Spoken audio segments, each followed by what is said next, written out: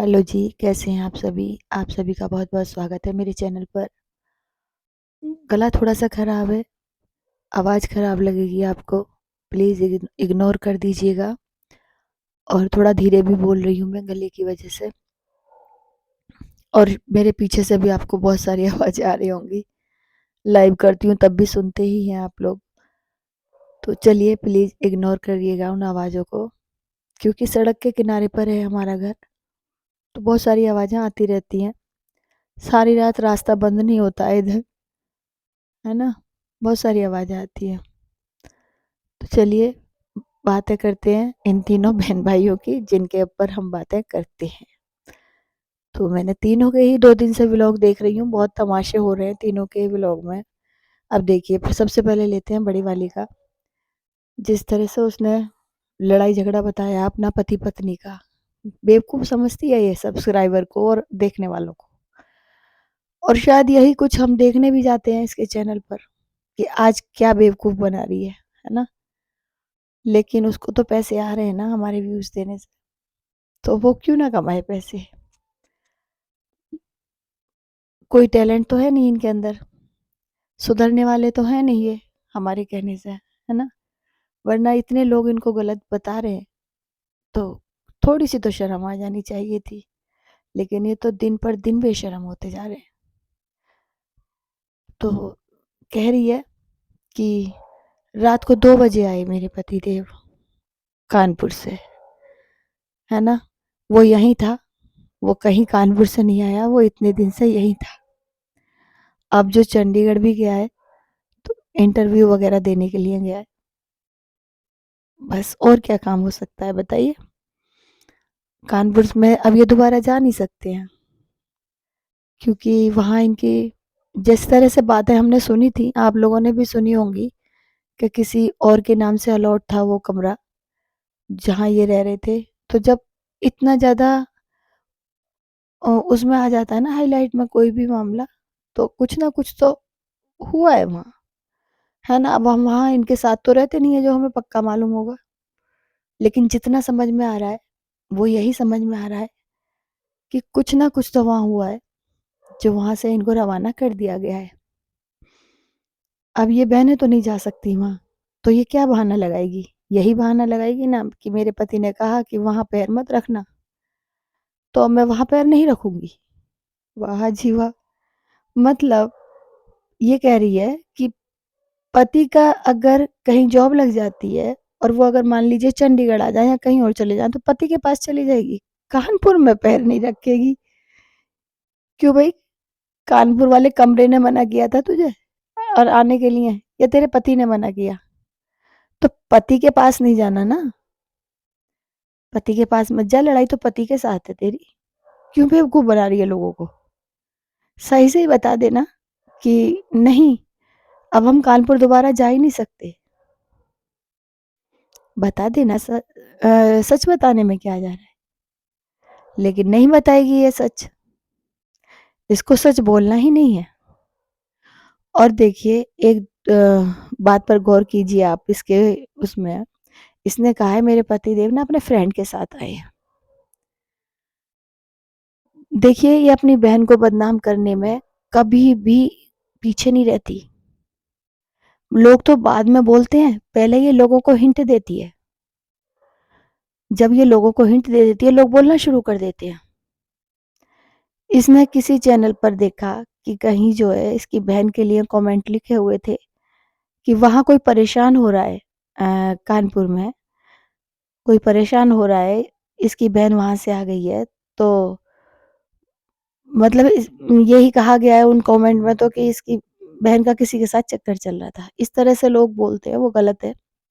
वो और इसको आइडिया दे देते हैं। इसकी बड़ी बहन सबसे आगे रहती है अपनी बहन को बदनाम करने में।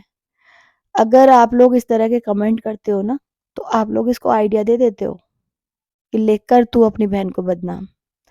और बहन में तो बुद्धि है ही नहीं, वो तो बिल्कुल ही ऊपर से खाली है, उसका सारा कुछ खाली है। उसकी समझ में नहीं आ रहा कि उसके साथ हो क्या रहा है। उसकी खुद की बहन उसको बदनाम करने में लगी हुई है। तो उसने खुद ये हिंट दिया है कि मेरे पति के साथ उसका फ्रेंड आया है। ताकि लोग बोलना शुरू कर दें कि देखो जी, घर तक भी आ गया, उसके अपने फ्रेंड को लेकर अपनी साली का रिश्ता करवाना चाहता है उसके साथ। तो ये बहन ही है जो सब घर की बातें निकालती है, और इसके अतरंगी की समझ में नहीं आता है कि मेरी बहन मुझे बदनाम कर रही है। भाई देखिए, बाहर वाले लोग क्यों नहीं बोलेंगे? बाहर वाले लोगों को जब घर वाले देंगे, कोई भी हिंट देंगे, तो बाहर वाले तो बोलेंगे ही। इसलिए पहले घर वालों को अपनी ज़बान काबू में रखनी चाहिए। मैं तो इसको यही कहूँगी कि सतरंगी अच्छा नहीं कर रही है तू। अगर उसमें बुद्धि नहीं है, उसमें अकल नहीं है, या फिर उसको दबा कर रखती है तेरी माँ ये कहकर कि उसने बहुत कुछ किया है परिवार के लिए, इसलिए वो कुछ भी कर सकती है, कुछ भी बोल सकती है ना? सतरंगी को हक है ये सब बोलने का। लेकिन तुम नहीं बोलोगे दोनों बहन भाई, तो सिर्फ तू ही दबती है, तेरा भाई तो नहीं दबता उससे। तेरा भाई तो खरी-खरी सुनाता है। तेरा भाई तो कहता है, तेरे भाई इसका भाई पता है आप लोगों को, अभी कल परसों वाला व्लॉग अगर आप लोगों ने देखा हो या नहीं देखा हो तो मैं बता देती हूँ कि उसने अपने व्लॉग में ये कहा कि बड़ी बहन में और इसमें जो आमने-सामने बैठकर बातें हो रही थी, व्लॉगिंग कर रहे थे ये लोग, है ना? कैमरा लगाकर। तो ये बातें कर रहे थे कि तू तो मेरा हमारी छोटी-छोटी बातें भी डाल देती है वाईटी पर। हम तेरा ये भी ना डालें कि जो है इनकी लड़ाई हो गई दोनों बहनों की। वो तो चूकता नहीं है। उसका तो जब भी उसका मौका मिलता है ना, वो अच्छे से खरी-खरी सुनाता है इन्हें दोनों बहनों को। और ये कुछ नहीं कर पाती हैं, और इसी डर की वजह से वो भाई की लाइफ का कुछ नहीं बताती है कि वो जब भी कभी अपनी सी पे आ गया तो वो मेरी हर चीज़ खोल कर रख देगा। इसीलिए वो भाई से डरती है। लेकिन उसे पता है अतरंगी मुझसे डरेगी क्योंकि मेरी माँ भी उसी को काबू में करती है। इसलिए वो अतरंगी की लाइफ को अच्छे से यूज़ करती है अपने हिसाब से। वरना तो अतरंगी, एक बार तू भी अपनी बहन की लाइफ के बारे में बता कर देख ले वाईटी पर, है ना? उसके ससुराल वालों के बारे में बता के देख ले एक बार। जिस तरह से तेरी ससुराल वालों को यहाँ नीचा दिखाया गया है सोशल मीडिया पर पूरी दुनिया के सामने, एक बार तू भी ये सब करके देख ले। तेरे पति को तो बहुत कुछ सुनाया है ना तेरी बहन ने, एक बार तू भी करके देख ले ऐसा। ऐसा थोड़ी है उसके घर में या उसके पति में कोई कमियाँ नहीं होंगी। तो बस वही कह रही हूँ कि यहाँ जो एक वो गलत हो रहा है, जो भी हो रहा है, आगे जाके ये बहुत खतरनाक होने वाला है, क्योंकि जब तक ये चल रहा है तब तक चल रहा है, लेकिन जिस दिन ये चीज़ें बिगड़नी शुरू होंगी ना, तो इनके अपने परिवार के लिए बहुत खतरनाक हो जाएगा। इसलिए कभी भी ऐसे खेल खेलने नहीं चाहिए राजनीति वाले। ये परिवार है, परिवार को परिवार की तरह रखना चाहिए, ना कि परिवार में राजनीति चलती है। जब राजनीति खेली जाती है ना परिवारों में, तो वही महाभारत वाला हश्र होता है, जो महाभारत का युद्ध हुआ था ना, फिर वही हश्र होता है। इसलिए हम कह रहे हैं कि माताजी सुधर जाओ। सब बच्चों को एक नज़र से देखना शुरू करो। ऐसा कुछ नहीं कर दिया आपकी बड़ी बेटी ने आपके लिए। ऐसा कुछ भी नहीं किया है। बहुत मेहनत की थी ना उसको पढ़ाई कराने में। बहुत मेहनत की थी ना इसकी माँ ने, अपनी बेटी को पढ़ाई कराने में बड़ी वाली को। क्या सिला दिया उसने? पढ़ाई करी। अगर वो माँ की इज़्ज़त करती, अगर वो घर की इज़्ज़त के बारे में सोचती, तो मन लगा के पढ़ाई करती, लव मैरिज ना करती। अगर सच में ही इज़्ज़त के साथ परिवार को लेकर चलने वाली होती ना, तो पढ़ाई में मन लगाती और कुछ बन के दिखाती। ये सब ना करती कि ज़बरदस्ती तुम्हें लव मैरिज के लिए मजबूर करती कि मुझे लव मैरिज ही करनी है, अगर ये नहीं मिला तो फिर मुझे कुछ नहीं मिला, फिर मुझे दुनिया ही नहीं चाहिए। ज़िम्मेदार बच्चे ऐसे नहीं होते। ज़िम्मेदार बच्चे त्याग करना जानते हैं, ज़िद करके अपनी नहीं चलाते। तो तुम्हारी बड़ी बेटी ने कुछ नहीं किया, उसने सिर्फ़ अपनी ज़िद पूरी की है तुम्हारे साथ हमेशा। मंदिर में शादी कर ली, फिर जाकर तुम लोगों को मानना ही पड़ा कि भई चलो अब मंदिर में तो हो ही गई है तो शादी करा देते हैं। तो ऐसा कुछ नहीं किया है कि तुम अपनी छोटी बेटी को इग्नोर कर रहे हो। छोटी बेटी के साथ गलत कर रहे हो, उसे दबा रहे हो, उसके उसका ब्रेन वॉश कर रहे हो कि तेरी बड़ी बहन ने बहुत त्याग किया है, इसलिए तुम लोग जो कुछ वो कहती है चुपचाप उसका अनुसरण करो। कुछ नहीं किया, उसमें बुद्धि नहीं है अपना घर चलाने की, वो इन्हें इनका घर कैसे बसने देगी? तो बस मैं तो यही कहूँगी कि सुधर जाओ भई, वरना इस परिवार का अंजाम तो हम लोगों को सभी को दिखाई दे रहा है, जो भी गृहस्थी वाले लोग हैं। क्योंकि कोई ऐसा नहीं करता है जैसा इसकी बड़ी बहन ने किया है, इसकी जीजा ने किया है। इसके छोटी वाली के घर में इतना बढ़ बढ़ चढ़कर इंटरफेयर किया है कि उसका घर टूट ही गया है लगभग। अब अगर भगवान को ही मंजूर होगा तो शायद ये रिश्ता टिकेगा, वरना छोटी वाली ने तो इतनी गलतियां कर दी हैं इनके कहने में आकर कि उसने बहुत दूरी पैदा कर ली है अपने और अपने ससुराल वालों के मनों में। इतना कुछ उसने खुद बोला है और बुलवाया है कई चैनल से। अगर वो समझदार होती तो इन लोगों के कहने में आकर ये सब ना करती। और चलिए, ये तो कुछ सीरियस सी बातें हो गई जो मैंने जो है बता दी आप लोगों को। बाकी बेवकूफ़ी बना रही है, वो यहाँ गोबर उठा उठा कर खेतों में डाल रहा है इनके यहाँ। और सतरंगी एक बात बताए, सतरंगी से एक सवाल पूछ रहे हैं हम सब कि सतरंगी एक बात बता, शिमला वाले जो फ्लैट बन रहा था शिमला में तेरा, जिसको तू अपने अनुसार बनवा रही थी कि अपनी देख रेख में बनवाऊंगी, उसका क्या हुआ? चल छोड़, आईलेट वे छोड़ के तेरी छोटी बहन की वजह से, तेरी छोटी बहन ने जो है वहां लड़ाई झगड़ा करा। तूने तो कुछ नहीं करा, तू तो बहुत शरीफ है, तू तो बहुत समझदार है ना? तेरी छोटी बहन ने किया ना सब कुछ, उसकी वजह से तुझे यहाँ आना पड़ा, तेरा बहुत बड़ा नुकसान हो गया। लेकिन वो बता, जो तेरा घर बन रहा था वहाँ, जो तू अपने अनुसार बनवा रही थी, अपनी देख-रेख में बनवा रही थी, उसका क्या हुआ? और इसके भाई से हमारा एक सवाल है कि भाई, तेरी बहन जो छोटी वाली के लिए तूने पत्थर वगैरह लाए थे नींव के लिए, कहाँ गए? वो पत्थर दिखाई नहीं दे रहे अब। खेत में ही डलवाए थे ना? सारे ट्रक यहीं उतरवाए थे, जहाँ अब ये गोबर वगैरह इकट्ठा हो रहा है, जहाँ तुम्हारे जीजाजी जहाँ से गोबर उठा रहे हैं, यही जगह थी ना?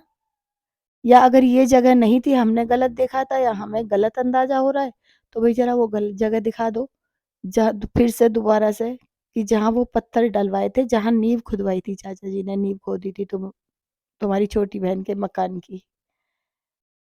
अब ऊपर घर बनेगा इनका, ऊपर कमरे बनवाएगी, बड़ी 2 कमरे बनवाएगी, छोटी 1 कमरा बनवाएगी। और अब पता है आप लोगों को, छोटे भाई की नीयत हमेशा इनके पैसों पर पड़ी रहती है। उस दिन जिस दिन माँ के साथ बैठकर बातें कर रहा था, उस दिन कह रहा था, मम्मी के अकाउंट पे कोई नज़र मत डालना, मम्मी के अकाउंट के सारे पैसे मेरे हैं।